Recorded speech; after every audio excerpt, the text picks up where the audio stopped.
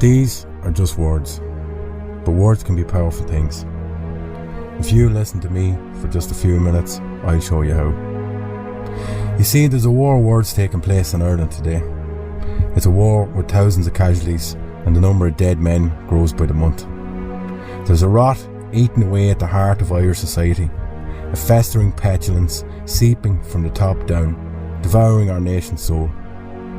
Every single day, Irish men are surrounded by overt and covert messaging designed to emasculate them, to tear them down and make them less than harmless, to make them eat themselves up with self-doubt and shame, to destroy their inheritance through sloth and avarice. Their very identity is attacked and ground down into nothingness. Sure, anybody can be a man, anybody can be Irish. All you need is a scrap of paper or to change your clothes.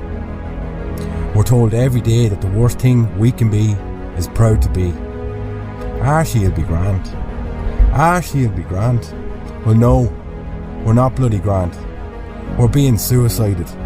We're being depressed out of existence.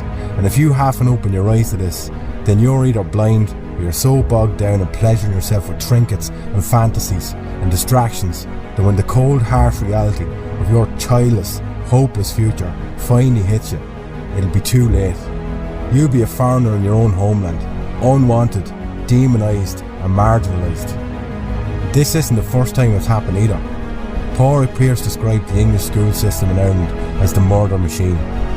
A system aimed at substituting Irish men and Irish women with mere things.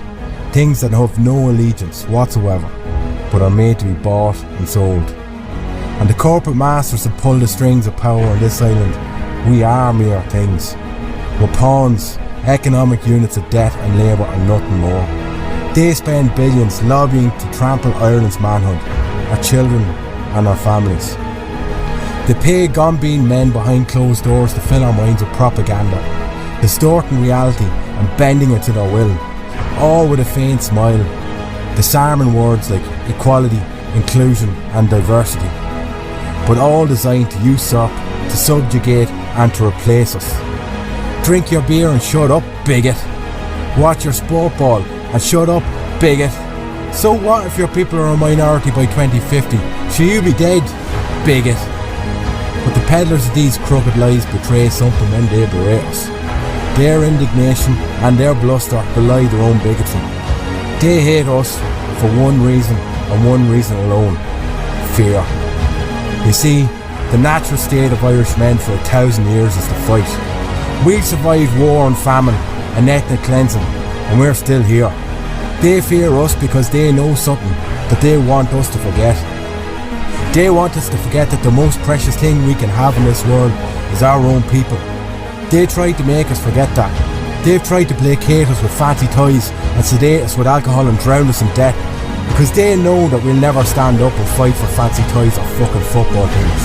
But for our own people, for our children, for our parents, for our brothers and sisters, for our cousins and countrymen, for the sake of our own people, we will struggle and fight, and we won't ever slacken, and we'll never ever tire, and we'll never lose courage and never despair.